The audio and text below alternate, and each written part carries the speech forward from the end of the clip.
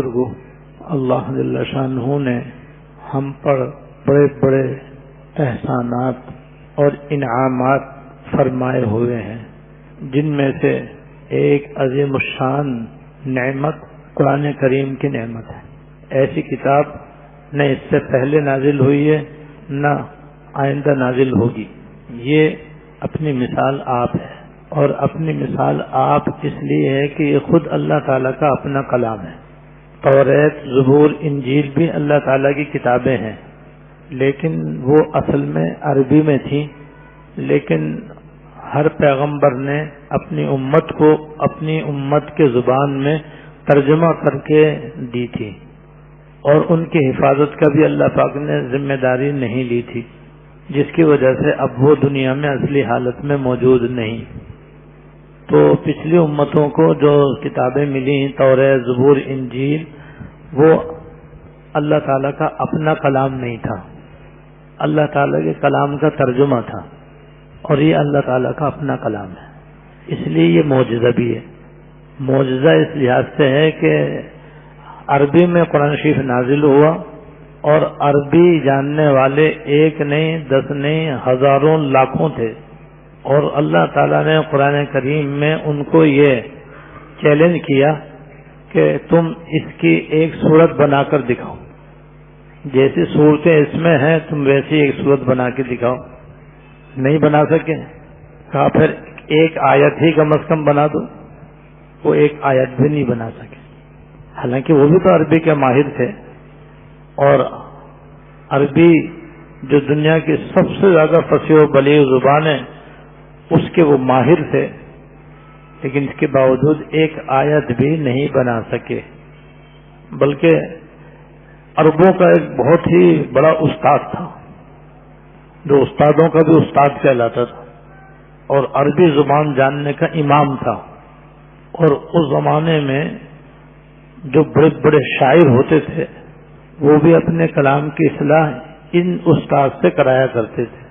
تو جب انا آتینا کل کوثر نازل ہوئی تو ان عربوں کا مینا کے اندر ایک میلہ لگتا تھا سالانہ، اور وہاں شراب نوشی، ناچ گانا یہ بھی ہوتا تھا، ساتھ ساتھ بڑے بڑے شعراء اپنا کلام دیوار پہ لگاتے تھے، تو لوگ اس کو پڑھ کر کے داد دیتے تھے یا اس کی اصلاح کرتے تھے کہ بھئی یہ کلام صحیح ہے، یہ کلام صحیح نہیں، اس میں یہ خامی ہے، اس میں یہ خوبی ہے۔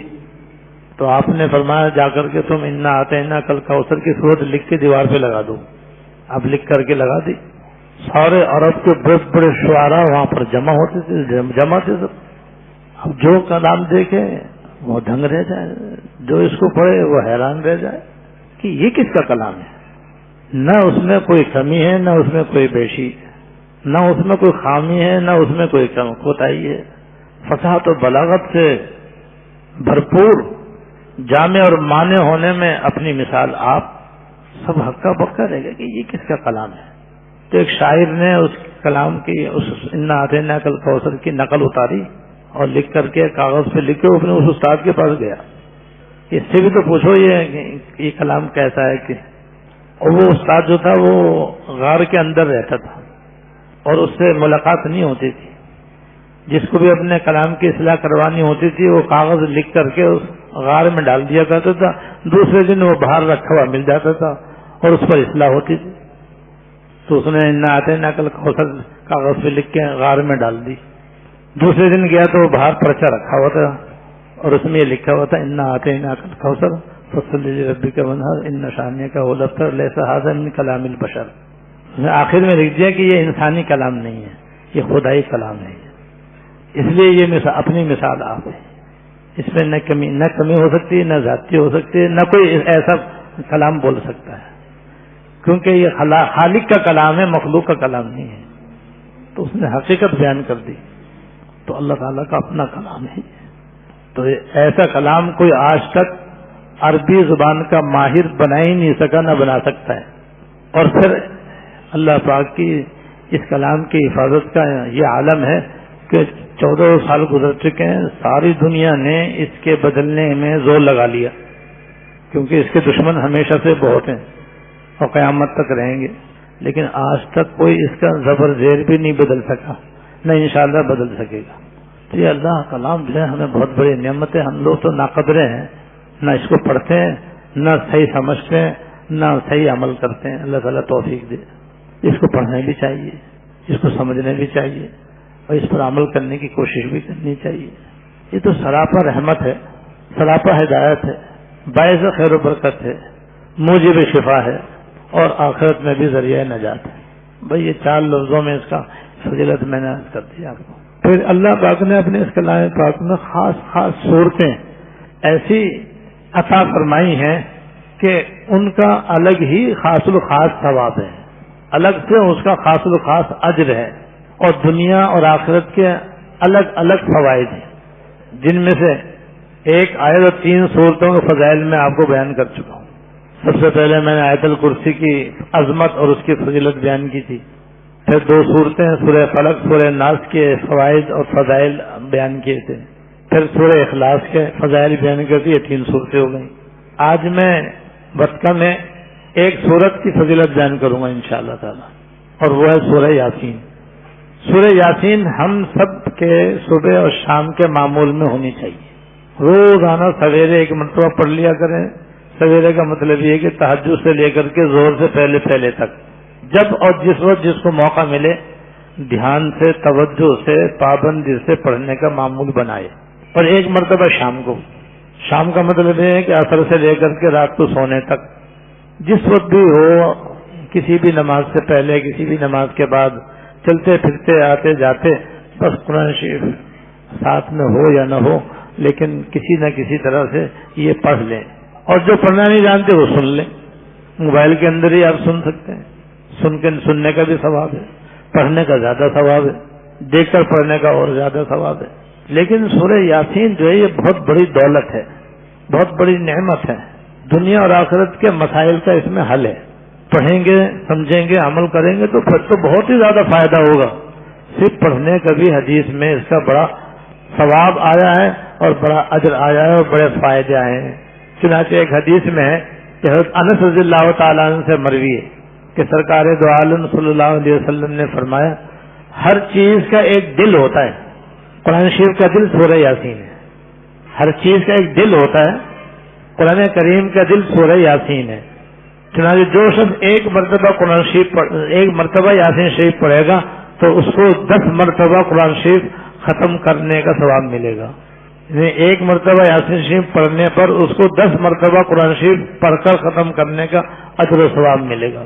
جو صبح ایک دفعہ پڑھے گا، شام کو ایک دفعہ پڑھے گا، تو روزانہ 20 قرآن شریف ختم کرنے کا ثواب پائے گا۔ اور پھر عام مسلمانوں کا معمول ہوتا ہے کہ وہ یاسین شریف پڑھ کر اپنے مرحومین کو بخشتے ہیں، اپنے والدین کو بخش دیتے ہیں، اپنے بہن بھائیوں کو بخشتے ہیں۔ بخشنا چاہیے، اس لیے بخشنا چاہیے کہ بخشنے سے ہمارے ثواب میں کمی نہیں آتی ہے، اور جن کو بخشا ان کو پورا ثواب اللہ تعالیٰ الگ سے عطا فرماتے ہیں۔ تو اگر کسی کے والدین کے پاس ان کے بیٹے کی طرف سے روزانہ 20 قرآن شریف کا ثواب پہنچے تو کتنا ان کا بھلا ہوگا، اور وہاں سے وہ کتنی اپنے اولاد کو دعائیں دیں گے، انہیں قبریں تو نور سے بھر جائیں گی، اور ادھر ان کی دعائیں اولاد کو پہنچیں گی، تو ان کا بھی بیڑا پار ہوگا اور ثواب میں ہمارے کو کمی نہیں آئے گی انشاءاللہ تعالیٰ۔ ایک روایت میں ہے کہ جو آدمی رات کو یاسین شریف پڑھتا ہے تو اس حال میں صبح کرتا ہے کہ اس کی بخشش ہو جاتی ہے، اس لیے رات کو ہی پڑھنا چاہیے تاکہ صبح تک اس کی مغفرت ہو جائے۔ مغفرت کا مطلب یہ ہے کہ اس کے گناہ صغیرہ معاف ہو جائیں گے، گناہ کبیرہ کے لیے تو توبہ ضروری ہے، یا تو گناہ کبیرہ سے بچے، اور اگر گناہ کبیرہ ہو گئے تو اللہ تعالیٰ سے گر گرا کے معافی مانگ لے، باقی گناہ صغیرہ صرف یاسین شریف پڑھنے سے بھی معاف ہو جائیں گے، اور رات کو پڑھے گا تو صبح تک اس کی بخشش ہو جائے گی۔ اسی طرح ایک حدیث میں ہے کہ جو آدمی رات کو یاسین شریف پڑھے گا تو جس وقت اس کا انتقال ہوگا اللہ تعالیٰ اس کو شہادت کا مرتبہ عطا فرما دیں گے۔ اب جو شہادت اتنا اونچا مقام ہے کہ یاد رکھو کہ اس سے اونچا کوئی اور مقام نہیں ہے، کیونکہ جہاد اسلام میں ایسا جیسے پہاڑ کی چوٹی، اس جہاد میں جو آدمی شہید ہو جائے تو اس کا درجہ بھی اتنا ہی اونچا ہے کہ بہت اونچا ہے۔ لیکن اللہ تعالیٰ ایسے کرم نواز ہیں کہ وہ صرف اور صرف جہاد میں قتل ہونے والے کو نہیں ملتا، اور بھی بہت سے اعمال اللہ پاک نے حضور کے طفیل آپ کی امت کو عطا فرمائے ہیں کہ جن کے ذریعے آخرت میں آدمیوں کو مقام شہادت مل جاتا ہے، چاہے اپنے بستر پہ مرے، ان میں سے یاسین شریف پڑھنا بھی ہے کہ جو آدمی روزانہ رات کو یاسین شریف پڑھنے کا معمول بنائے گا تو جب اس کا انتقال ہوگا تو اللہ تعالیٰ اس کو شہید کا درجہ عطا فرما دیں گے اور مقام شہادت پر اس کو اللہ تعالیٰ فائز فرما دیں گے. اور حضرت ابن عباس رضی اللہ تعالیٰ عنہ سے مروی ہے کہ جو آدمی صبح کے وقت یاسین شریف پڑھے گا شام تک اس کے تمام کاموں میں من جانب اللہ آسانی ہوگی، اور جو شام کو پڑھے جائے گا صبح تک اس کے سارے کاموں میں آسانی ہو جائے گی. یہ دیکھو دنیا کا کتنا بڑا فائدہ ہے. ہر آدمی صبح جب اٹھتا ہے تو اس کے ذہن میں اپنے کچھ نہ کچھ کام ہوتے ہیں، بھائی یہ کر لوں گا، وہ کر لوں گا، یہ کرنا ہے، وہ کرنا ہے. 10 آدمی کام سوچ کے نکلتا ہے، ایک کا دکا ہو جاتا ہے، اکثر رہ جاتے ہیں اور کہتا ہے بھائی میں کام کے لیے نکلتا ہوں، کام ہی نہیں ہوتا. کمانے والا نکالتا ہے اسے کمائی نہیں ہوتی، مزدور نکلتا ہے اسے مزدوری نہیں ملتی، نوکری پیشہ باہر نکلتا ہے اسے نوکری نہیں ملتی، دوسرے اور بہت سے کام ہوتے ہیں. تو اکثر لوگوں کے کام کچھ ہوتے ہیں کچھ نہیں ہوتے ہیں. یاسین شریف کی یہ برکت ہے کہ جو اس کا معمول بنا لے گا تو سویرے جب نکلے گا تو اس کے کاموں میں من جانب اللہ ایسی مدد ہوگی کہ سارے کام آسانی سے ہوتے چلے جائیں گے. شام کو پڑے گا تو صبح تک کے سارے کام اس کے آسانی سے ہوتے چلے جائیں گے. یہی فضیلت چاشت کی بھی ہے کہ جو آدمی چاشت کی 4 رکعتیں پڑھ لے گا اللہ تعالیٰ دن بھر کے کام پورے کرنا اپنے ذمے لے لیتے ہیں. تو دیکھو یاسین شریف پڑھنے سے دنیا کا کتنا بڑا فائدہ، تو آخرت کا بھی فائدہ اور دنیا کا بھی فائدہ. ایک اور عجیب و غریب روایت جو حضرت علی رضی اللہ تعالیٰ عنہ سے مروی ہے کہ سرکار دو عالم صلی اللہ علیہ وسلم نے ان کو وصیت کرتے ہوئے فرمایا. جب آدمی کسی کو وصیت کرتا ہے ہمیشہ یاد رکھنا چاہیے وہ بہت اہم بات ہوتی ہے اور کہنے والے کی زندگی کو نچوڑ ہوتی ہے. اب سرکار دو عالم صلی اللہ علیہ وسلم بطور وصیت کے حضرت علی رضی اللہ تعالیٰ عنہ سے فرما رہے ہیں کہ تم یاسین شریف کثرت سے پڑھا کرو، تم یاسین شریف کثرت سے پڑھا کرو، کیونکہ جو آدمی کثرت سے یاسین شریف پڑھے گا اللہ تعالیٰ اس کو 10 فائدے عطا فرمائیں گے. یاسین شریف پڑھنے میں 10 فائدے ہیں، جو پڑھے گا اس کو وہ فائدے ملیں گے. اگر بھوکا پڑھے گا تو اللہ تعالیٰ غیب سے اس کا پیٹ بھر دیں گے، یعنی ایسا اللہ تعالیٰ اس کی غیب سے روزے کا انتظام فرما دیں گے کہ پیٹ بھر جائے گا اس کا انشاءاللہ تعالیٰ. پیاسا پڑے گا تو اس کی پیاس دور فرما دیں گے. اگر کپڑے کسی کے پاس نہیں ہیں پہننے کے لیے تو اللہ تعالیٰ اس کے کپڑوں کا انتظام فرما دیں گے. بیمار پڑے گا تو اللہ تعالیٰ صحت عطا فرما دیں گے. تو یہ دراصل شفا بھی ہے یہ. اور لوگ جو ہے بیمار پر یاسین پڑھتے ہوئے ڈرتے ہیں کہیں مر نہ جائے. ارے بھائی مرے گا کیسے؟ وہ مرے گا تو اپنے وقت پہ مرے گا، اور ایک ہی مرتبہ مرے گا، 2 مرتبہ کیوں مرے گا بھائی؟ تو یہ تو ایسے شیطان کا دھوکہ ہے کہ یاسین شریف مریض پہ پڑھیں گے تو وہ مر جائے گا بھائی. کیوں مر جائے گا؟ تو اس کی 2 فائدے ہیں اس کے. ایک فائدہ یہ ہے کہ اگر اس کی موت مقدر نہیں ہے تو اللہ تعالیٰ اس کو صحت عطا فرما دیں گے. اس لیے مریض کو خود بھی پڑھنا چاہیے اگر پڑھ سکے تو، ورنہ جو بھی اس کے تیماردار ہیں انہیں چاہیے کہ صبح شام یا ہر صبح دوپہر شام جیسے بھی موقع ہو یاسین شریف پڑھ کے اس پر دم کریں گے تو بیمار صحت مند ہو جاتا ہے اس کی وجہ سے. اگر قیدی پڑھے گا تو اللہ تعالیٰ اس کو رہائی عطا فرما دیں گے. اب دیکھو کتنے جیلوں میں ناحق بند ہیں، اب اگر وہ یاسین شریف پڑھنا شروع کرتے ہیں تو جلدی جلدی انشاءاللہ رہا ہونا شروع ہو جائیں گے. یہ برکت ہے یاسین شریف کی. اگر غیر شادی شدہ آدمی پڑھے گا تو اللہ تعالیٰ اس کی شادی کر دیں گے. اسی لیے میں اکثر ساتھیوں کو بتایا کرتا ہوں جن کے بچوں کے رشتے نہیں ہوتے وہ یاسین شریف پڑھو بھائی صبح شام. اور اگر جلدی رشتہ چاہیے تو 5 ٹائم پڑھو. تو پھر انشاءاللہ ایک چلہ بھی پورا نہیں ہوگا کہ رشتہ ہو جائے گا انشاءاللہ تعالیٰ. اور کتنوں کے ہو چکے. لہذا جس کی شادی نہ ہوتی ہو اور اس کا رشتہ ہی نہ آتا ہو اور ماں باپ بھی پریشان ہو اولاد بھی پریشان ہو تو بھائی نسخہ تو موجود ہے. یاسین شریف کی پابندی کرو تو انشاءاللہ تعالیٰ اس کی برکت سے رشتہ بھی ہو جائے گا، شادی بھی ہو جائے گی.